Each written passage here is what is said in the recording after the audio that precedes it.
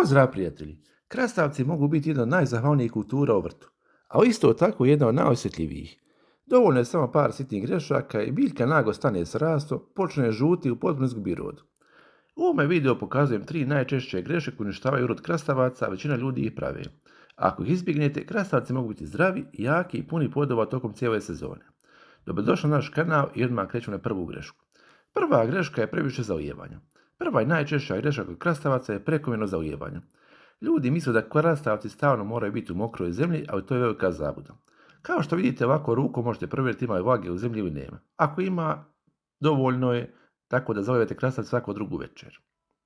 Krastavci vole vlagu, ali ne i stalnu vodu. Bolje je zalijevati rjeđe, a obilno nego svaki dan pomalo. Kada su temperature 30 stepeni i više, krastavci troše puno vode, međutim i dalje ih je bolje zalijevati svako drugi dan i da se malo pate nego ih zalijevati svaki dan i tako stvarati neko blato ispod njih. Otprilike svako 2 dana normalno vrtu više nego dovoljno. Ključno, zalijevajte duboko da voda dođe do korijena, otprilike 1 litar u ovom stadiju po biljci više nego dovoljno. Bolje jedno jače zalijevanje nego 3 mala. U principu, jako jednostavna stvar i izgleda jako banalno, međutim ako se pogriješi, prave se velike greške. Druga greška, pregusta biljka i neuklanjanje donjih listova i zaperaka. Druga velika greška kod krastavaca je što ljudi puste biljku da raste kako hoće bez ikakvog prozračivanja i formiranja. Na prvi pogled izgleda kao bujna jaka biljka, a u stvarnosti idealno okruženje za bolesti i ostale viruse i bakterije koje napadaju. Najbolja stvar koju možemo raditi je da uklonimo par donjih listova.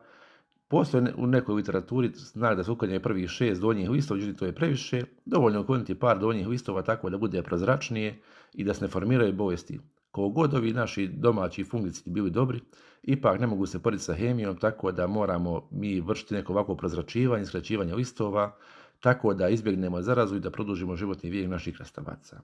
To je jako bitno, jako jednostavno, ne možete pogriješiti nikako. Treća stvar, odnosno treća greška je izostanak zaštite na vrijeme. Treća greška koju najčešće ljudi prave je izostanak zaštite dok je biljka još zdrava.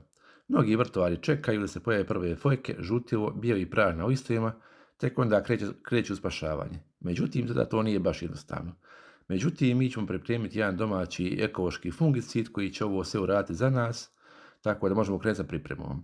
Priprema je jako jednostavna, treba će nam 1,5 litar mlake vode, 1 kašika češnjaka kojeg smo upravo usuli, 1 kašika soda bikarbone, 1 čaša mlijeka i to je to. Sve ćemo to zajedno pomiješati i kasnije razblažiti sa još pol litra vode. Češnjak djeluje kao blagi prirodni antiseptik, odbija gljivice i bakterije svojim jakim mirisom. Soda bikarbona, kao što svi već znate, mijenja pH vrijednost na površini lista, otežava razvoj gljivica poput pepelnice. Mlijeko stvara tanki zaštitni sloj na listu, pomaže u borbi protiv gljivica, zahvaljujući prirodnim enzimima. Voda naravno sve ovo razblažuje i omogućava ravnomjerno prskanje po biljci. Sve ćemo promiješati i ostaviti neki sat vremena da se sve fino otopi. Nakon toga po potrebi ćemo to procijediti i razblažiti sa još pol litra vode. U principu to je jedan domaći fungicid koji je izuzetno dobar. Možete ga koristiti za paradajz, možete koristiti za krastavce i ostale kulture. Najbolje ga je koristiti tako što se prska po listovima s obje strane, najbolje jutarnjim satima i predvečer. Međutim, pošto je temperatura već prilično visoka, najbolje je predvečer. Koristi se preventivno svaki 7 do 10 dana, obavezan je poslije kiše i nagli promjer temperature. U principu, ako izbjegnete ove 3 greške koje su izuzetno jednostavne, imat ćete krastavce kao što ja držim ovako u ruci. U principu, to je to za ovaj video, hvala što ste pratili i vidimo se u sljedećem videu.